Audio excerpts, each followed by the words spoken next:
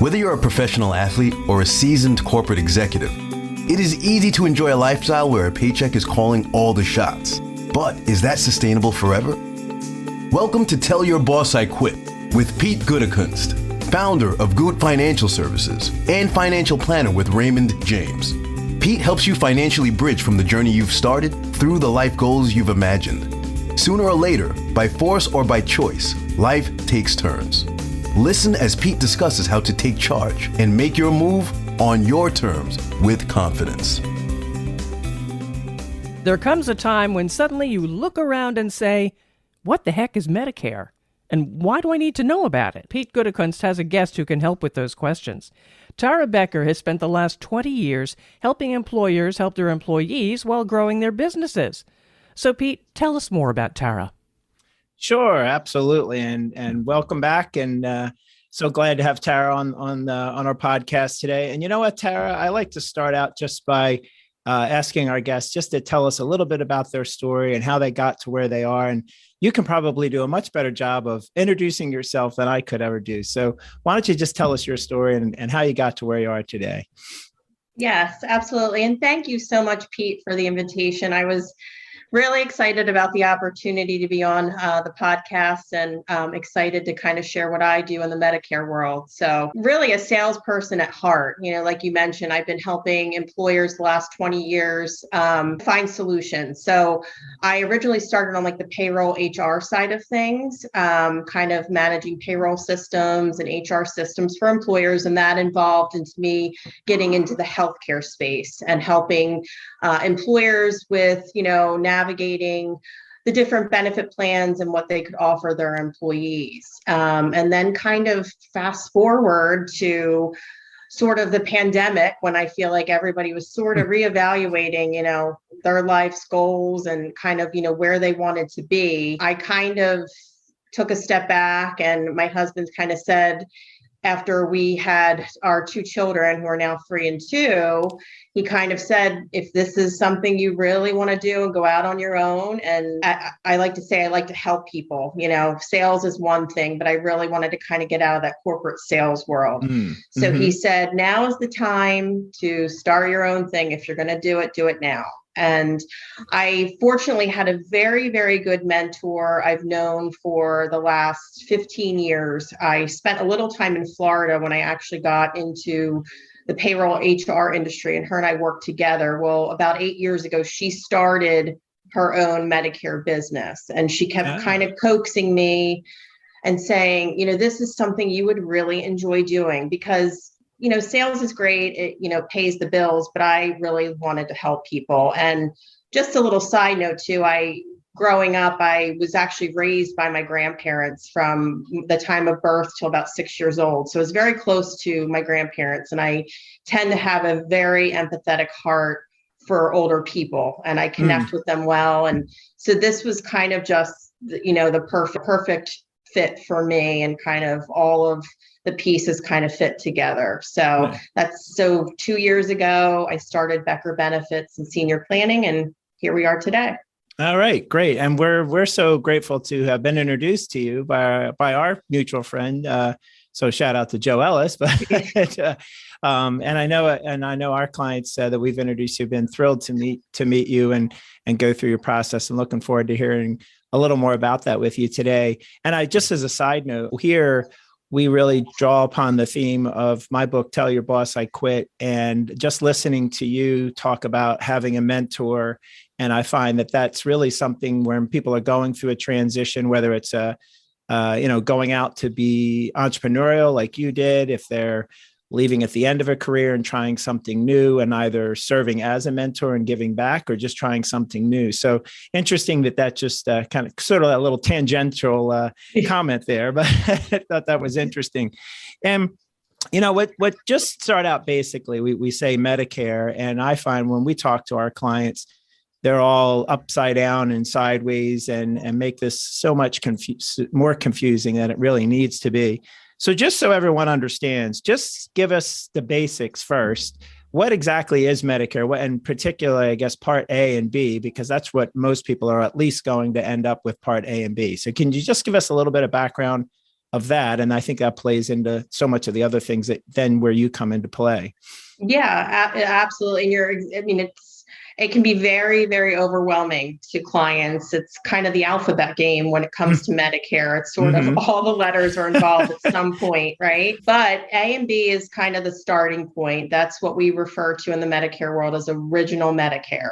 Okay. So Part A, that's actually you're entitled to that as you age into 65. That's what you've paid into with your Social Security. Your Part A is, think of your hospital. So anything hospital service related, if you're going in to have some sort of procedure, anything emergency related, anything kind of inpatient, that's going to be your Part A coverage. Okay. Then we have our Part B. So your Part A, just backing up real quickly, you're entitled to that. There's no premium associated with that as long as you've paid an X amount of years to Social Security. Then you've got your Part B. So I always say, think of Part B as going to your primary care physician, getting your annual checkups, all your routine, blood work, going to your specialists, anything just medical routine type things, that's going to fall under your Part B.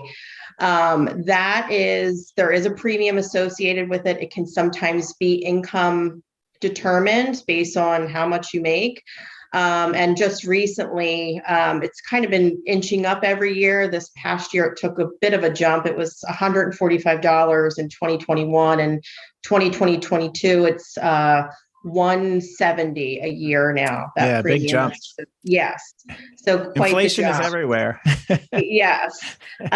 So that's kind of your original Part A and Part B. And what I'll say about that is if you just did that and did nothing else, that would cover 80% of your costs. Okay. Yes. So you would be left on the hook for the other 20, basically, which is kind of where then I come in for the other portion. Okay. Well, you alluded to the alphabet soup of Medicare, and I think that's where people get themselves so turned around and confused. And what you mentioned about Part B and the premiums, that's something that we've encountered more frequently than not lately, is just people who are starting out and getting a higher premium because of last year's income and trying to help them navigate that. And if they have a one-off kind of a year, and that's something that we manage around as best we can with Part B. But then when they're starting out, there's, what is there, F and G and D and all these letters, and which one do I choose? So, what is it? What is it to all of those parts? And that's really, I guess, where you help educate them and bring them into that. So talk about the alphabet soup of Medicare. So the best way I feel like to break it down is there's kind of two routes you can go. So again, that A and B covers the 80%. You can go what's called the supplement route. So that's kind of where some of that F and G come into play. There's a supplement F, there's a supplement G. What you would do there is kind of fill in, if you selected that route to go, you would, and it's more of an a la carte approach, right? Because you've got Part A, Part B, and then you would supplement with an F or a G plan. That would fill in that 20% gap that I kind of mentioned you were kind of on the hook for. Okay. So we're just dealing with the 20%. You're already covered with A and B, and they're dealing with the rest. Yeah. And what they've done is F is actually a grandfathered in plan. You would have had to turn 65 prior to January 2020. Okay. G is the next best thing.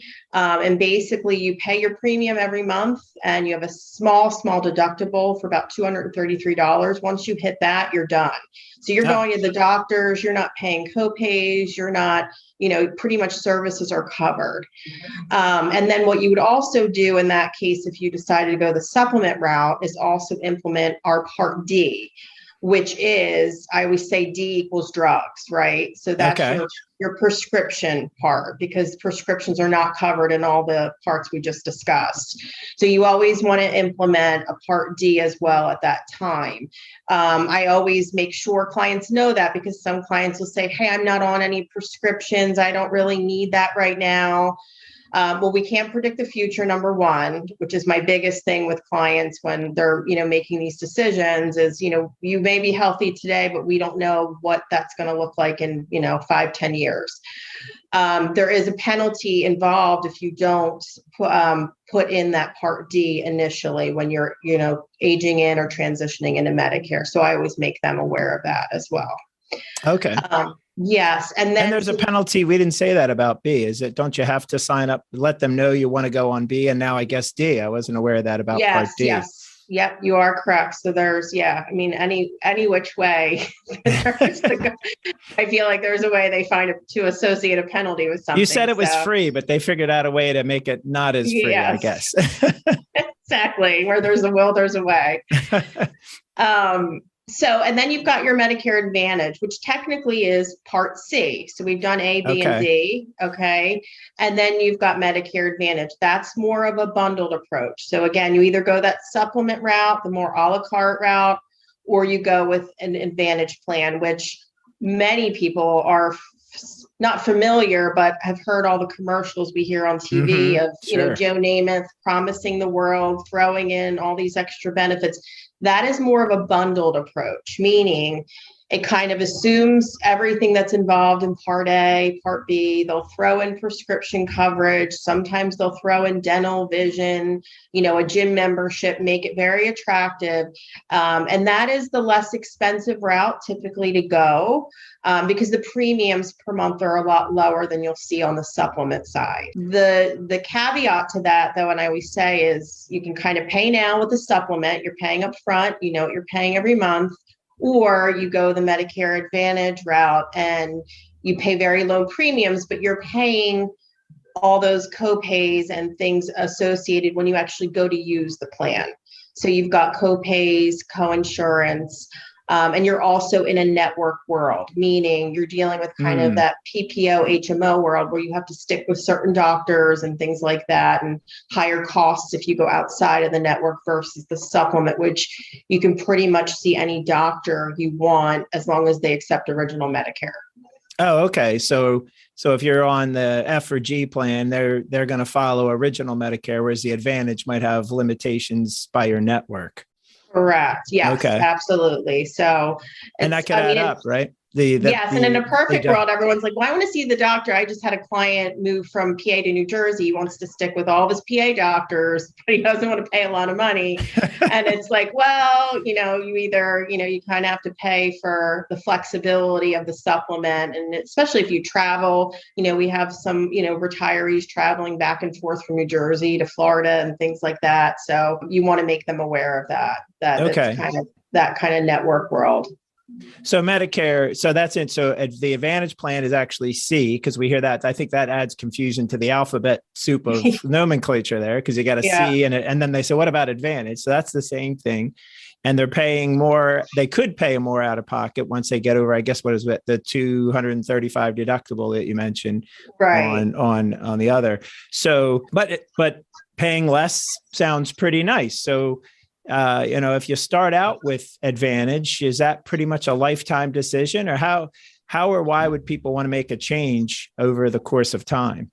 Right. So just being the consultant that I am, I always like to kind of make them aware of kind of all the ifs and buts. And looking again, we don't have that glass, bowl or whatever into the future. I always like to let them know if you go the Medicare Advantage route. So when you first turn 65, number one, or let's say you're 70 coming off of an employer plan and you're transitioning to Medicare, those are two ways that you're guaranteed what's called guaranteed issue, meaning you're not subject to any sort of medical underwriting. You could have, cancer or anything like that and still be guaranteed issue as you age into that initial Medicare period.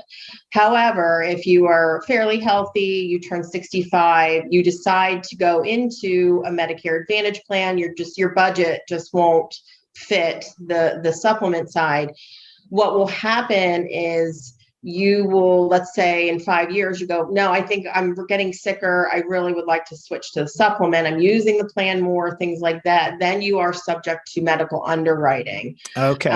Yes. And so all the carriers have different, eligibility and different questions they ask and things like that. So you're really you have to kind of answer all those questions and hope for the best that they'll accept you and you can transition back. Okay. So you're 65, you can get in, or if you just left your covered employment plan, having retired, you can get in. So any of these plans, but then once you want to change, you're getting evaluated. So health Yeah. can certainly be different at 75 than it was at 65. And your plan was to change, but you might not be able to, I guess is what you're saying, right? Yes, exactly. Like we can try. I mean, I just had a client, she's 89 years old, very healthy, like on one cholesterol medication. Premium had kind of gone up on the supplement side, and her father or her son-in-law and daughter came to me and said, hey, like these premiums are going up. What can we do? She stayed on the supplement, and that's another thing. There might be some underwriting switching from carrier to carrier at times too, even if you're on one plan. Fortunately enough, because she was in good health, we were able to switch her to another carrier and a different supplement plan. But yeah, so you're kind of subject to kind of that medical underwriting world, and it's harder switching from Medicare Advantage back to supplement in the longer down the road. So you really have a lot more certainty, what you're covered for under those supplemental plans, and you just got to worry about taking care of your health at that point. Yes. Yeah. So when's a good time to start talking to you, and when's a good time for them to be talking, I guess, to Social Security for that matter? How to kind of walk us through that, what a person should be thinking about as they get close to these points where they're going to be making a decision. Yeah, so it's definitely not a decision that you call like a 1-800 number and sign up today type of process. It is a little bit involved, especially if you have a client that has not signed up to take Social Security benefits, which I think, Pete, we've learned from the few clients we've worked with so far. That is one of the questions I always ask, because if they've already kind of started that process, then that'll automatically kick them off into automatically enrolling into that original Medicare Part A, Part B. Mm-hmm. But in the situation where they have not decided that, and I always say, it's 2 to 3 months out of when you're turning 65. So if you're turning 65, or if you have a client turning 65 in August, I would like to start talking to them, I would say, May, end of May at the latest, just to help them walk them through that process of getting enrolled in the Part A and Part B, because that's where they get assigned their official Medicare number. They get the red and white blue card. And then that's where I kind of take the lead from there in terms of deciding where they're going to go with those two routes of either supplement or Medicare Advantage. So it really is, unless they already have their Medicare number and are enrolled in Part A and Part B, it really is a 2 to 3 month process to get them started. And that would be the same if somebody was coming off an employer plan, if they've not enrolled in Part B yet. Okay. Yeah. And I think we're hoping it's going to get a little bit better and less time sensitive or as long, because right now, people are still Social Security. There's a lot of workers still working remotely. Because of the pandemic and things like that. So I just to kind of like to give it that cushion, that we have enough time for them to get enrolled and, get their number and all that. And, there is online options as well, but different cases pose different challenges. So just like to give that time. Okay. You touched on it a little bit, but just give us a little bit more on your process. What's an experience like when someone meets you and how you're guiding them to make those decisions? Just share us a little bit about the process that they would experience in working with you. Right. So again,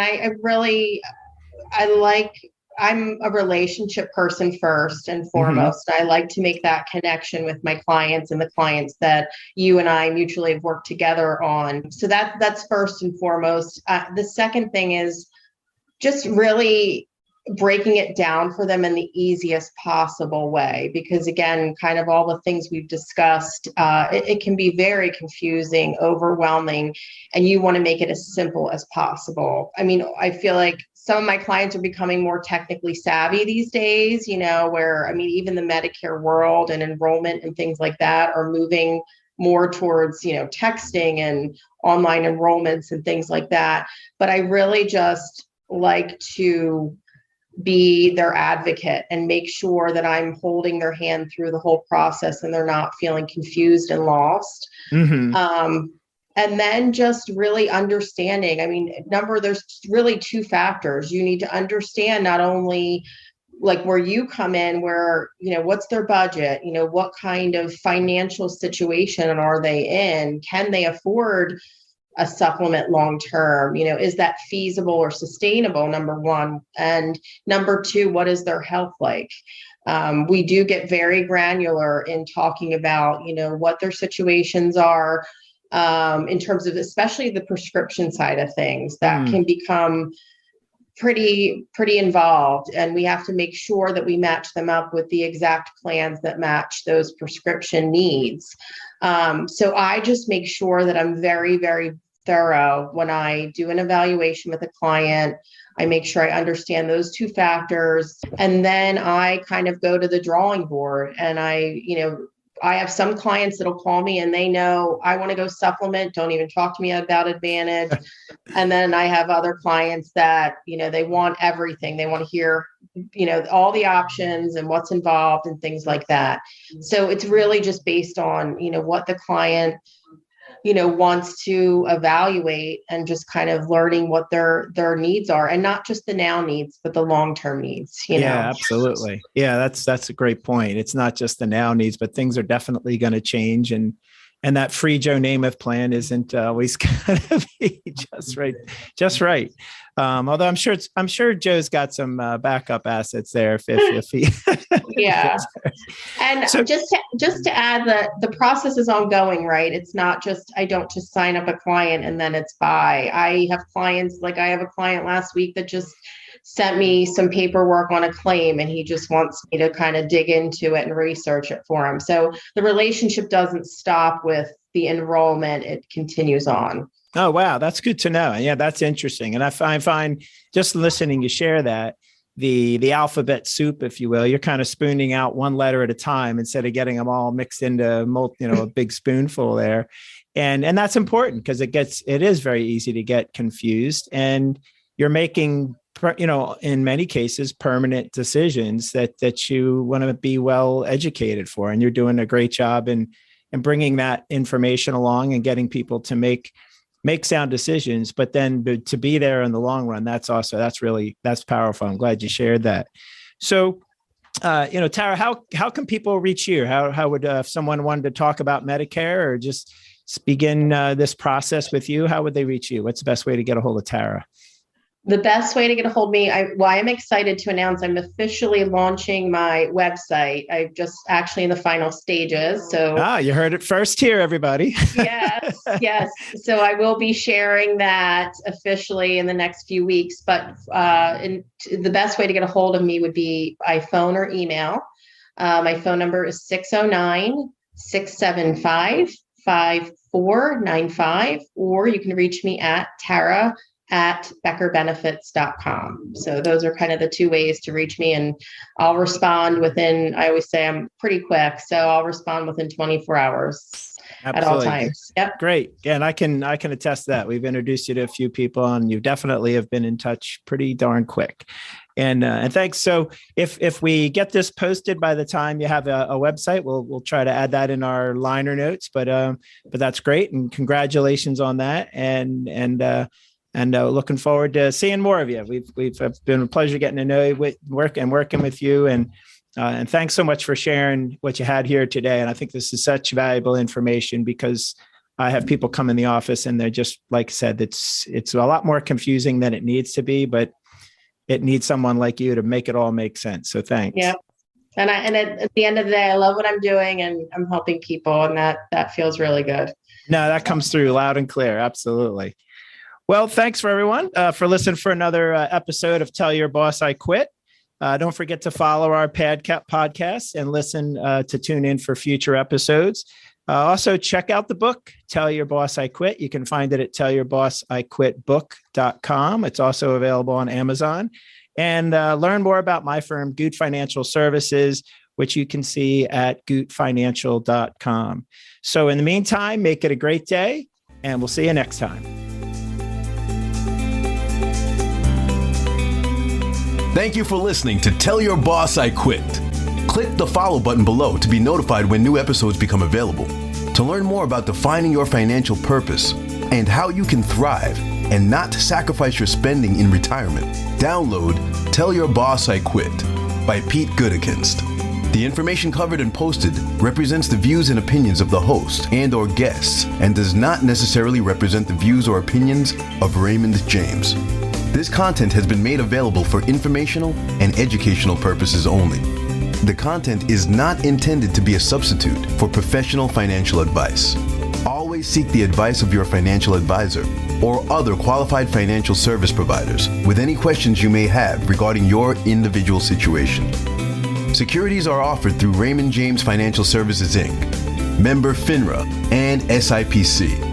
Investment advisory services offered through Raymond James Financial Services Advisors, Inc. Goot Financial Services is not a broker-dealer and is independent of Raymond James Financial Services.